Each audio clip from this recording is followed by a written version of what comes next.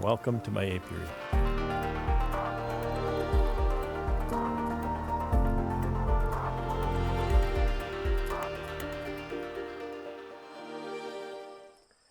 It's Sunday, September 4th, 2022, and I'm putting this day in the context of the oxes in the well.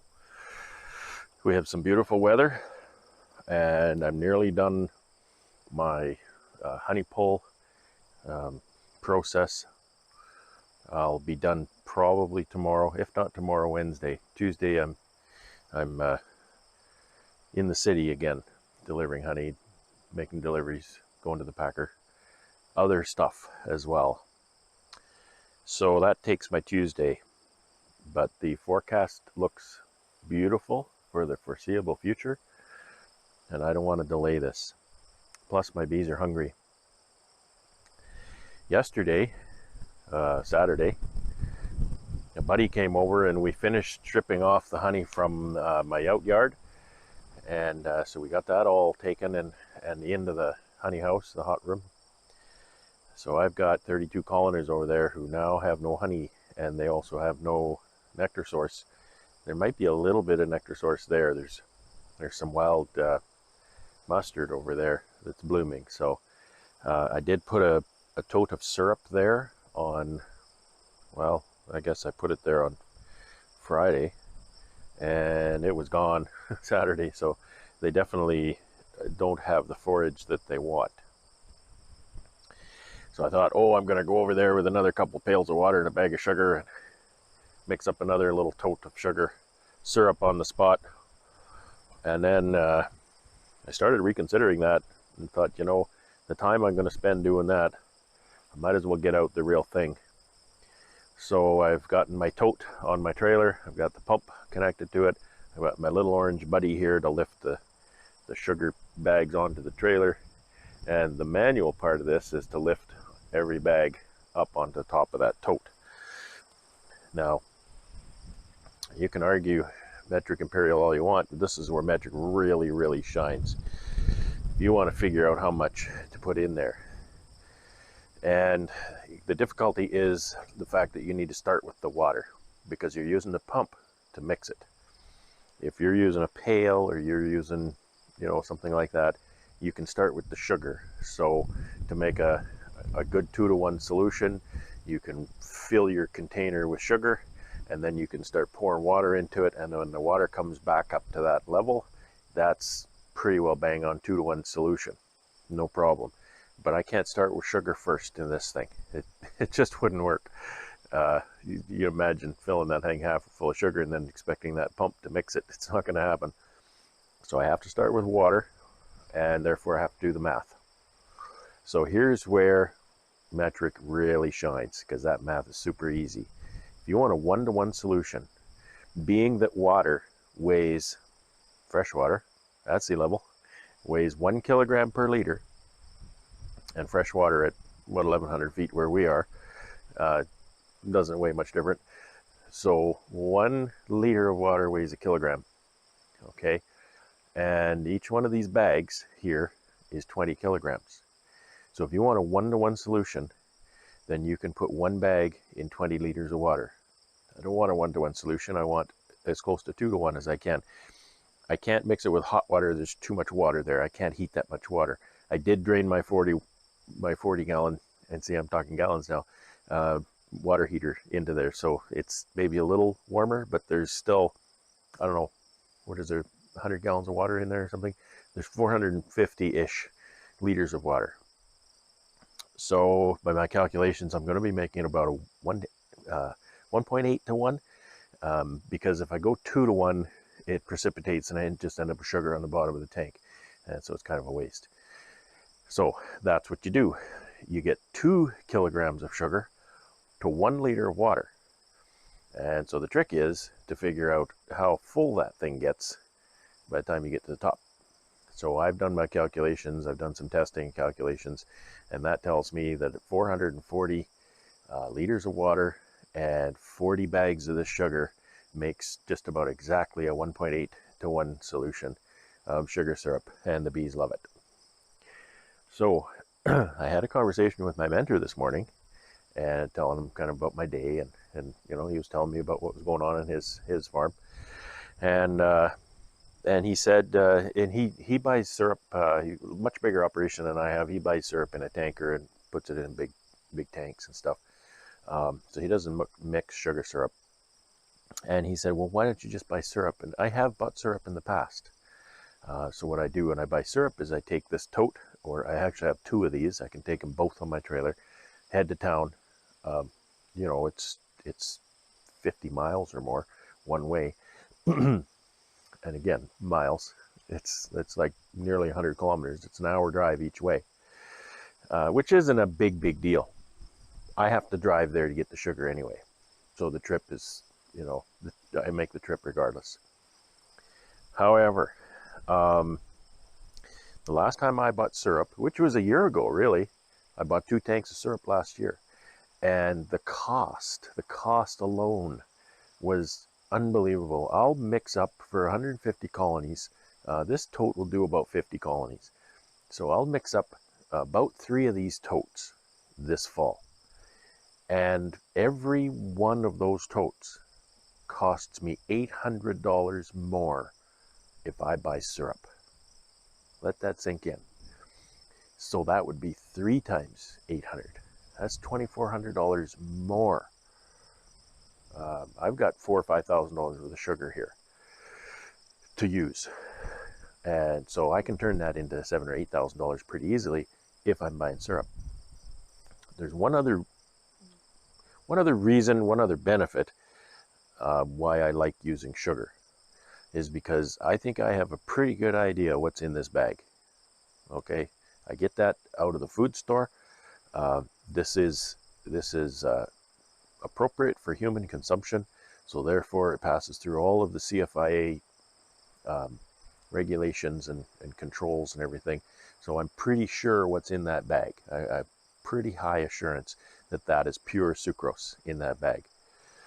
When I go to the store and I stick a big hose in the top of this tote and I pump it full of syrup, I ask the guy behind the counter, what's in the tank? And he says, you know, he says this or that. And I say, okay, that's what's in the tank. I don't know. It's not for human consumption.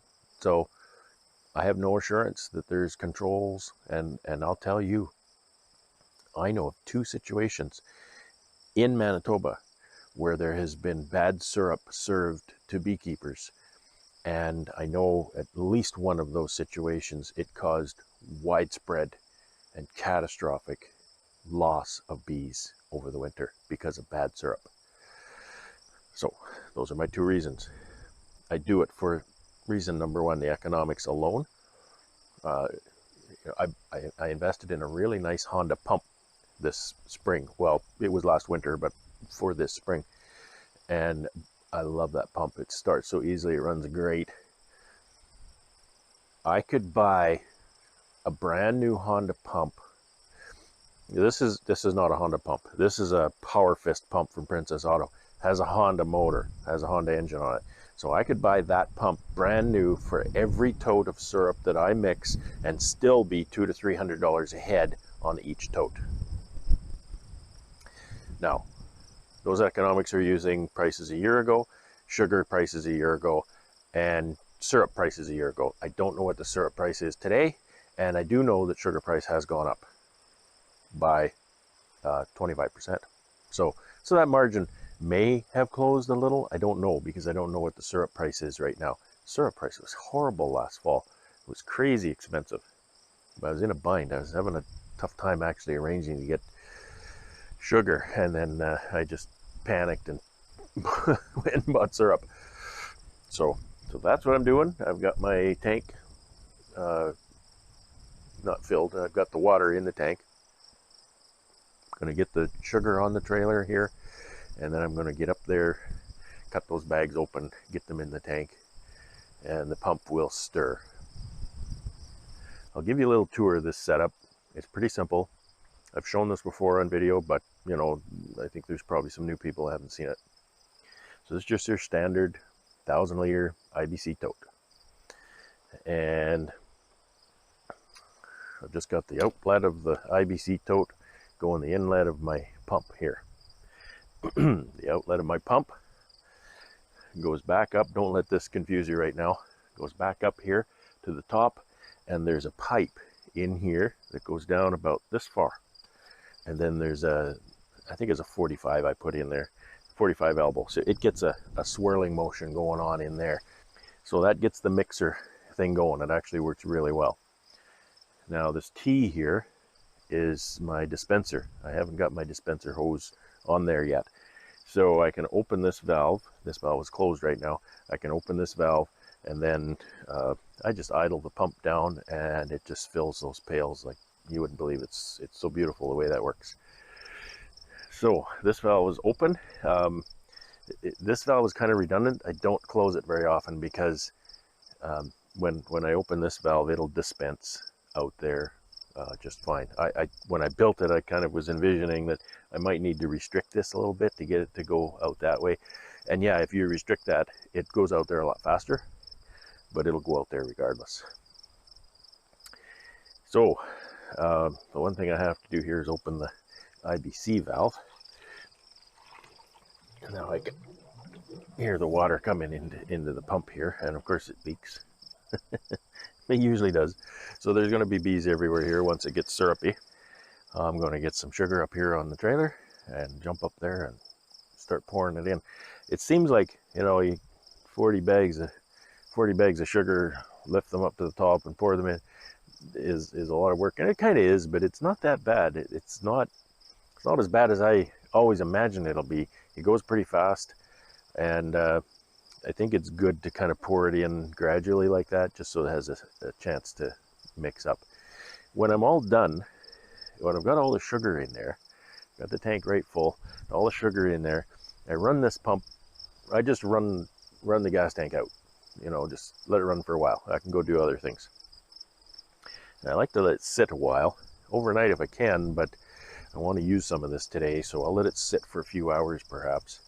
Then I can dispense it out into pails, because it'll kind of clarify. It'll keep dissolving. It'll if there's too heavy a solution in there, it'll precipitate.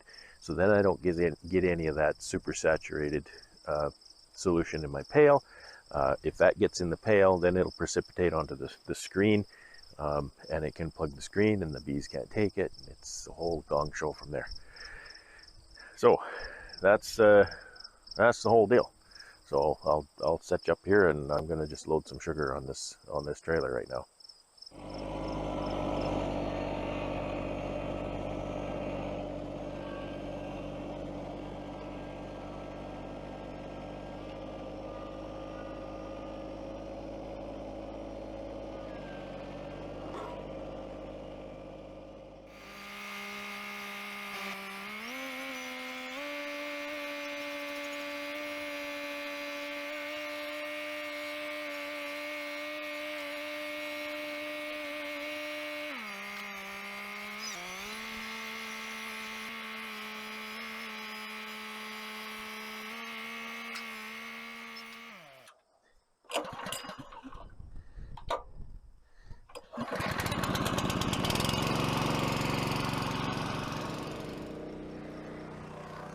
For the metrically challenge, that's about 45 pounds.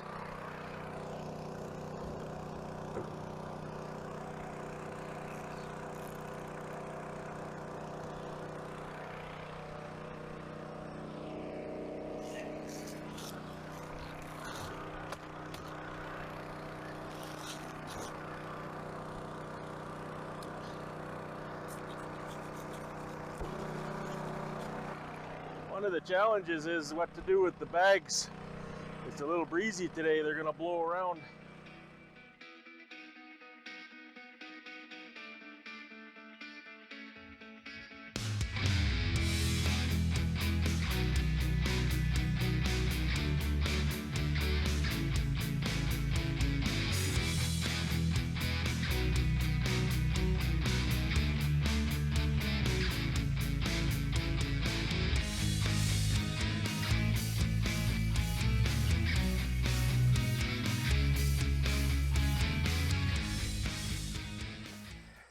I'm sure you could see that the last bag of sugar went up there with a little less gusto than the first 39. It's not that bad, but it does play a guy out a little bit. I'm working on a solution to that, so hopefully one day I'll be able to show you kind of a better way that I'm getting this done. I have a magic elixir to add to my syrup this time, and this is it. So what this is a product that takes pure sucrose and adds different properties to it to make it more like nectar. And I've never used it before, but I know a guy who has, and that's Ian. And Ian doesn't go for snake oil and gadgets and stuff, but Ian's a believer. So if he can see the difference and he's a believer, then I'm a believer. So I'm going to use it on my colonies, and hopefully it'll give them the extra edge. So you can see that on the package it actually lists the ingredients, and it lists what's in here, and you just simply add it. I've got a bit of water here.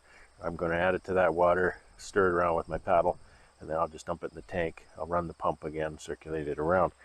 So this is how big is this package.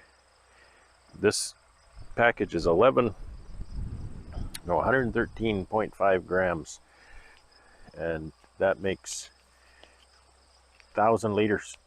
It's pretty concentrated. So you can see how close sucrose is to nectar, though, right? If the difference is that slight. So anyway, sorry for the wind. I'm gonna go. I don't control the wind, so why should I say sorry? Sorry that the wind is bothering the mic, I guess, you know. But I'll mix this up and dump it in there.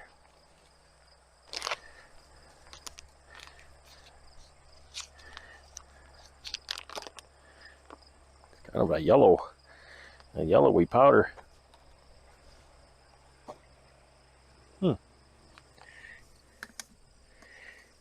I guess it's kind of a yeasty aroma. So this should mix it up.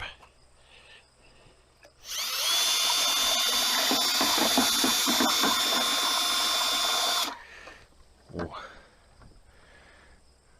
There's an orange tag in there. Well, that's just a desiccant. A desiccant to keep it dry and shipping. Well, the bees don't need that. All right.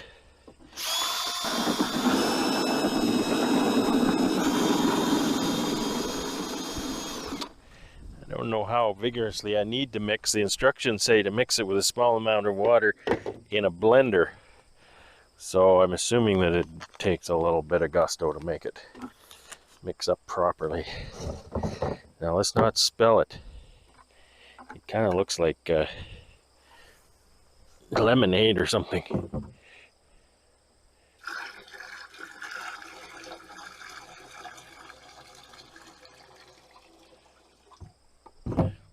Okay, it's in.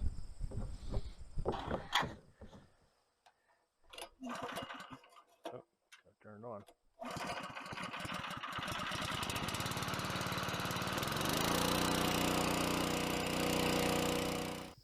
Well, that was a full day, and it didn't go exactly the way I had wanted, but everything worked well for the most part. I got the syrup mixed up and dragged out the pails, filled up a bunch of pails in the trailer, brought them to the out yard, and I even had help putting them on. Say hi to my lovely helper here. So nice to have my wife help me now and again. She's pretty good about that. So 32 pails, and we're on our way home. These girls should be happy for a couple days now. The first pails, usually they'll take that down under 5 days probably, and then they'll take 3 weeks for the next one. So anyway, that's today. Take care and have fun.